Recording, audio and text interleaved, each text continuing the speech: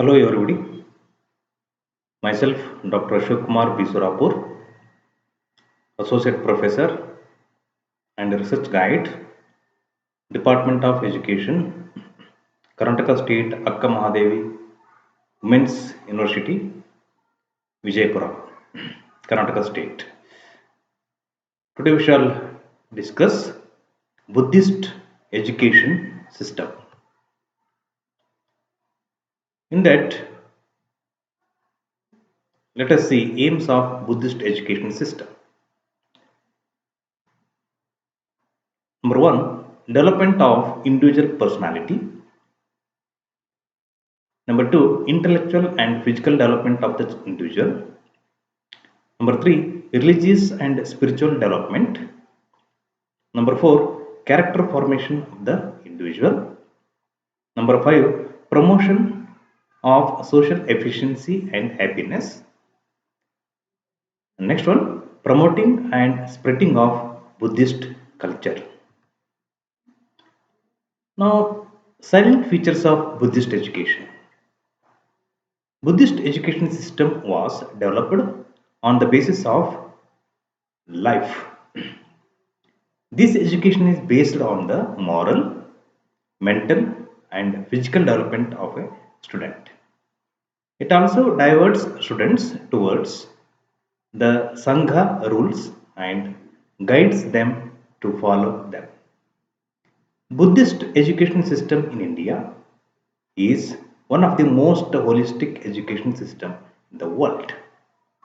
Let us see the key features of Buddhist education system. Number one, initiation ceremony. Buddhist monasteries or viharas were the centers of learning, where the monk was responsible for the teaching and intellectual upbringing of a pupil.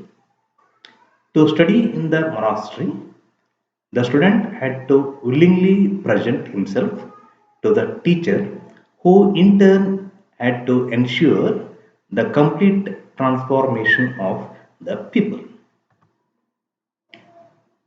Let us see how this initiation ceremony takes place.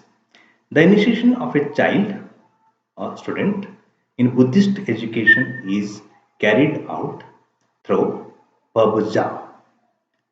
So, I repeat, the initiation of a child student in Buddhist education is carried out through puja, where the student has to take the oath stating, I take refuge with the Buddha, I take refuge with the religion, I take refuge with the order. The initiation rules are: number one, minimum mandatory age for entering viharas is 8 years.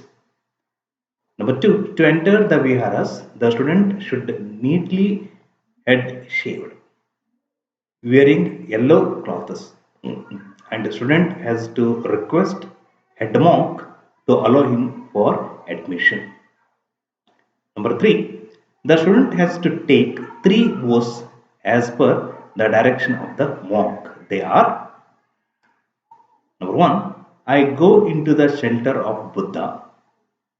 Number two, I seek the shelter of Dharma. Number three, I enter the shelter of the Sangha. Number four, parents' admission to enter the viharas is mandatory. Number five, patients, government servants, slaves, soldiers were not allowed to take admission to Sangha. Number six, admitted students are called as Samner and had to follow following rules. I repeat, admitted students are called as Samner and had to follow following rules. A. They should not kill any living beings. B. Not to accept anything given in the form of token of love in the form of gold and silver. Number C. Not to tell lie. Number D. Not to use any intoxicating thing. E. Not to take food in improper manner. Next F. Not to speak ill of anybody. G. They should not show interest in music, dance, dramas. H. They should not be luxurious. They should not say luxurious things, scented things. So these are the rules to the students who are admitted to the VRS as a Samner. So A, B, C, D, E, F, G, H, these are all the points. The last point is very important here. They should not see luxurious things or scented things. That is what the main highlighted and focused role in the Buddhist education. So please underline Sangha, Samner when you are taking the notes. The teacher is called as Upjasya and has all the responsibilities of the students up to the age of 20 years, which is called as mature age and capable of Upasampada. Please underline Upasampada and Upjasya. Teaching approaches or methods. The method of teaching was mainly verbal, where discussion formed an integral part of the education. The students were evaluated on the basis of knowledge, retention, application, and behavior. The emphasis on teachings of Buddha through the scriptures called the Tripitaka, written in Pali. Pali is the language, which are Sutta Pitika means Buddha's sermon, Vinaya Pitika means rules of conduct, and Abhidhamma Pitika means exposition of philosophical theories. Texts primarily collated the monastic rules, the teachings of Buddha and his followers. Expert personalities in the field of religion, medicine, military are invited to share their knowledge with the pupils at monastery. Now come to the curriculum. The Buddhist education system was one of the first to introduce an organized curriculum with the two levels of education, namely primary and secondary. For primary, the students are taught basic reading, writing, mathematics, and problem solving.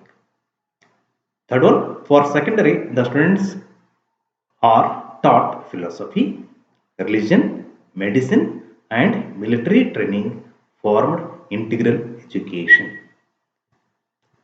The major subjects in the curriculum are number one, teaching of Buddha, number two, Ayurveda and surgery, number three, arts and crafts, number four, spinning, painting, weaving, cloth printing, number five, tailoring, number six, commerce related subjects like accountancy.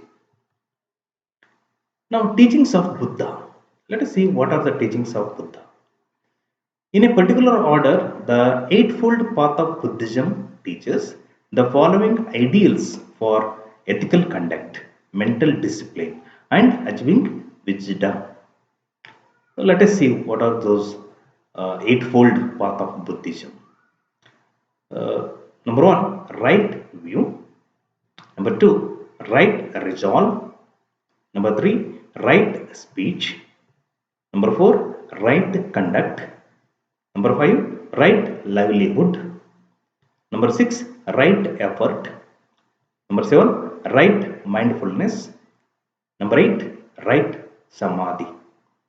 So, right is a proper word here, which is hidden in the Eightfold Path of Buddhism. It tells us proper, be proper and specific in all the behavioral aspect or conduct and discipline. These are the what eightfold path of Buddhism. Now, closing ceremony. What type of closing ceremony is there in the Buddhist education? The ceremony of full admission or final ordination was called the Upasampada. No one could receive the final ordination before the age of 20.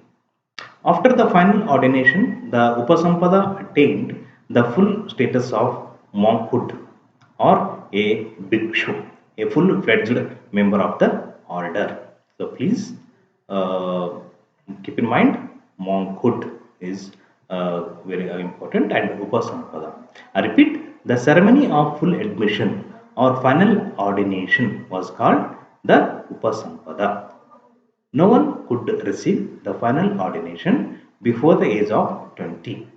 After the final ordination, the Upasampada attained the full status of monkhood or a bhikshu, a full-fledged member of the order. And next one, generally after Upasampada, the Sramana was enjoying the status of a monk and regarded as a full-fledged membership of the order. Now let us see relevancy of Buddhist education in present system of education. Bhagavan Buddha tried to bring out social transformation by raising the living and spiritual standards of all sections of people through education. So keep in mind all sections of people through education. If educational programs are restructured and reorganized, keeping in view valuable outputs for the children in 21st century. The implications of Buddhism include directions for developing a good code of conduct in life. Next one, Buddhism gave way to new form of education that involved living a noble life, and it created the foundation of modern education system. So thank you very much. So wear the mask, maintain the social distance, and don't forget to subscribe the channel for watching more than 130 education related video lessons. Thank you very much.